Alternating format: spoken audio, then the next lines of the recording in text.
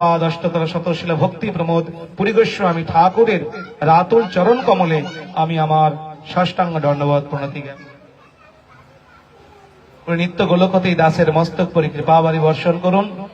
তৎপশ্চাৎ জগৎ গুরুশীল ভক্তি সিদ্ধান্ত সরস্বতী গোস্বামী ঠাকুর প্রভুপাদ, সে প্রভুপাদের রাতুল চরণ কমলে আমি আমার সাষ্টাঙ্গ দণ্ডবত প্রণতি জ্ঞাপন করি। নিত্য গোলকতে দাসের মস্তক পরি কৃপাবারি বর্ষণ করুন। তৎপশ্চাৎ চার সম্প্রদায়ের সকল আচার্যবৃন্দ, ভক্তবৃন্দ, সভায় উপস্থিত পূজ্যপাদ আনন্দবর্ধন দাসাধিকারী প্রভুর চরণ কমলে আমি আমার সাষ্টাঙ্গ করি। তৎপশ্চাৎ এই অনলাইনের মাধ্যমে যেসব ভক্তবৃন্দ এই হরিকথা শ্রবণ করছেন তাদের চরণেও যথাযোগ্য বৈষ্ণব অভিবাদন দণ্ডবত প্রণতি জ্ঞাপন করি। সকলে আমার প্রতি প্রসন্ন হন। যোগ্যতা বিচারে কিছু নাহি পাই, গুরুদেব তোমারও করুণা সার। যোগ্যতা কিছু নাই, গুরুদেবের কৃপা, গুরু কৃপার দ্বারাই আমাদের একমাত্র মঙ্গল হবে। এই মাইক্রোফোনটার নিজস্ব কিছু আছে, এ কিছু বলতে পারে? আমি যেটা বলছি এই মাইক্রোফোন কি করছে, বক্সের সাউন্ডটা থ্রো করে দিচ্ছে। এই মাইকের কোনো নিজস্ব বলার কোনো ক্ষমতা নেই। তদ্রূপ আমরাও, আমার বলার কোনো ক্ষমতা নেই, যোগ্যতা কিছু নাই। গুরুদেবের কৃপায় গুরুদেব যতটুকু বলিয়ে নেবেন সেটুকুই বলবো আপনাদের সামনে। তার দ্বারা আমার মঙ্গল হচ্ছে। গুরুদেবের কথা মতো জীবনযাপন করে দেখে কি মনে হচ্ছে? আমি দুঃখী দেখে মনে হচ্ছে? আমি খুব সুখী, খুব আনন্দে আছি।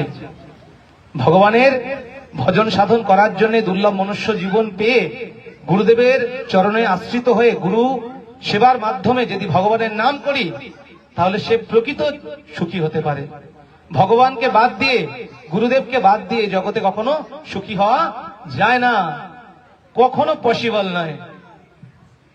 তাহলে আমাদের কি করতে হবে? প্রথম প্রতিটা জীবের কর্তব্য হচ্ছে গুরুচরণে আশ্রিত হওয়া, অর্থাৎ দীক্ষা গ্রহণ করা। আমরা পড়েছিলাম না, একে চন্দ্র, দুয়ে পক্ষ, তিনে নেত্র। নেত্র কটা আমাদের? তিনটে। কার কার এখানে নেত্র তিনটে আছে? হাত তুলুন তো। তিনটে চোখ কার আছে? আমার তো নেই, আমার এই দুটো চোখ। কার কার আছে? হাত তুলুন। তাহলে এখানে যে পড়েছিলাম এটা ভুল। তিনে নেত্র, নেত্র তো তিনটে, চোখ তিনটে, কিন্তু আমাদের তো দুটো চোখই আছে। তাহলে তৃতীয় নেত্রটা কোথায়? সেই তৃতীয় নেত্রটা এখানে আছে, যেটা হচ্ছে জ্ঞান নেত্র। সেই জ্ঞান নেত্রটা উন্মিলন করে দেন গুরুদেব। এই জন্য গুরুদেবের সান্নিধ্যে গিয়ে আমরা কি প্রণাম মন্ত্র বলি গুরুদেবকে? অজ্ঞান তিমিরান্ধস্য জ্ঞানাঞ্জন শলাকয়া চক্ষুর মিলিতং যেন তস্মৈ শ্রী গুরবে নমঃ। অর্থাৎ হে গুরুদেব, অজ্ঞানের অন্ধকারে আমার জন্ম হয়েছে, আপনার কৃপারূপ প্রদীপের দ্বারা আমার যে জ্ঞান নেত্র, সেই জ্ঞান নেত্রটা আমাকে উন্মিলন করে দিন। দীক্ষা কালে শিষ্য করে আত্মসমর্পণ, সেই কালে গুরু তারে করে আত্মসন। অর্থাৎ যখন আমরা দীক্ষা গ্রহণ করব, সদ্গুরু চরণাশ্রয় করব, তখন আমাদের তৃতীয় নেত্রটা উন্মিলন করে দেন গুরুদেব।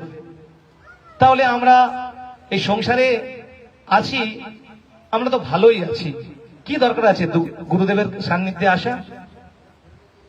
গুরু রেখে গৌরাঙ্গ ভজে, সে পাপী নরকে মজে। গুরু গ্রহণ করলো না, হরিনাম করছে, সংসার করছে, সে পাপী নরকে যাবে, অবশ্যম্ভাবী, ভগবান শাস্ত্রে বলছে। তাহলে যদি আমরা ভগবানের সান্নিধ্যে যেতে চাই তাহলে প্রথম কর্তব্য কি? গুরু গ্রহণ করা, অর্থাৎ দীক্ষা গ্রহণ করা। দীক্ষা গ্রহণ করার বয়স কত? সনাতন ধর্মে বলা হচ্ছে 7 থেকে 11 বছরের মধ্যে প্রতিটা সনাতনী দীক্ষা গ্রহণ করা কর্তব্য। তাহলে 7 থেকে 11 বছর কবে হয়ে গেছে? হয়ে গেছে না মাতাজি আপনাদের? এখন 11 বছর আছে নাকি? হ্যাঁ, কত বয়স হয়েছে এখন? কারো 40 বছর, কারো 50 বছর, কেউ মৃত্যুর দোরগোড়ায় দাঁড়িয়ে আছে গেল বলে, এখনো বলছে এখনো সময় হয়নি। আরে ধর্ম ধারণ করতে এখনো নাতি নাতনির বিয়ে দিই, হ্যাঁ, নাতি নাতনি দেখে তারপরে আমি দীক্ষা গ্রহণ করব। আমাদের ধারণা আছে না ধর্ম ধারণ করতে হয় কখন? বৃদ্ধকালে, শেষ বয়সে। আরে শেষ বয়সে কিছু হয় না। আমরা টাইম মতো বিয়ে করার বেলাটা কি আমরা বৃদ্ধকালে করি নাকি? টাইম মতো যৌবনে যখনই পা দিয়ে দিলাম সঙ্গে সঙ্গে বিয়ে করতে হবে। হ্যাঁ, ছেলে যখনই বড় হয়ে গেছে বাবা মা দেখছে ছেলেকে বিয়ে দিতে হবে। এখন তো আবার ছেলেকে বাবা মাকে দেখেও দিতে হয় না, তার দেখা হয়ে গেছে।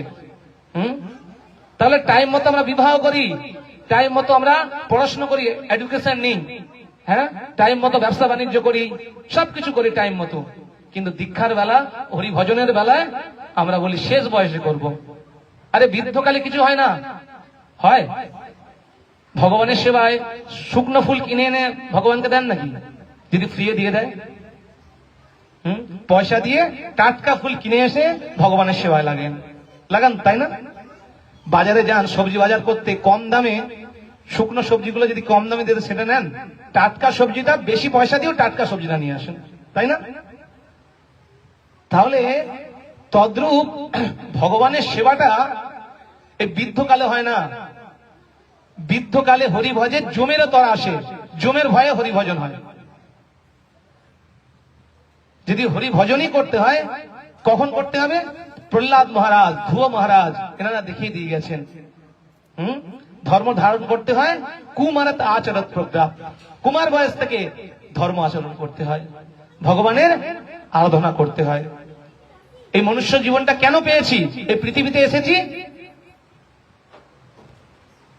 কৃষ্ণ ভজিবার তরে সংসারে আইনু, মিছে মায়ায় বদ্ধ হয়ে বৃক্ষ সম হইনু।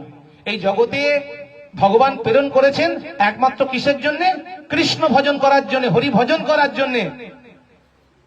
সেই হরি ভজনটা কি আমরা করছি? সেই হরি ভজনটা আমরা করছি না। সবকিছু করছি যার জন্য আমরা সবকিছু পেলাম। এই ঘর বাড়ি, টাকা পয়সা, অর্থ, স্ত্রী, পুত্র কার জন্য পেলাম? কে দিয়েছে এগুলো? আমরা পৃথিবীতে যখন আসি, জন্মগ্রহণ করি, পিঠে করে বেঁধে নিয়ে এসেছিলাম নাকি? তাহলে কে দিয়েছে এগুলো? সবকিছু ভগবানই দিয়েছে। তাহলে ভগবানই এই দুর্লভ মনুষ্য জীবনটা দান করেছে। এই মনুষ্য জীবন পেয়ে ভগবান দুর্লভ মনুষ্য জীবন দিয়ে পাঠিয়েছেন কিসের জন্য? হরি ভজন করার জন্য, কৃষ্ণ নাম করার জন্য। কিন্তু সেই হরি ভজন কৃষ্ণ নাম কি আমরা করছি? যদি কৃষ্ণ নাম না করি, হরি নাম না করি, তাহলে কার মতো জীবন যাপন করছি? পশু ছাগলের মতো জীবন যাপন করছি। শাস্ত্র বলছে, ভগবান বলছেন, যদি ধর্ম চেতনা যার মধ্যে নেই, আমার সঙ্গে একটা ভাগবতের শ্লোক বলুন, সকলে মিলে হাত জড়ো করে বলুন। আহার নিদ্রা ভয় মৈথুনানি সামান্য মেতৎ পশুভি নারায়ণম ধর্ম তু তেষাং কথিত বিষয়া ধর্ম ন হীনা পশুভি সমানা।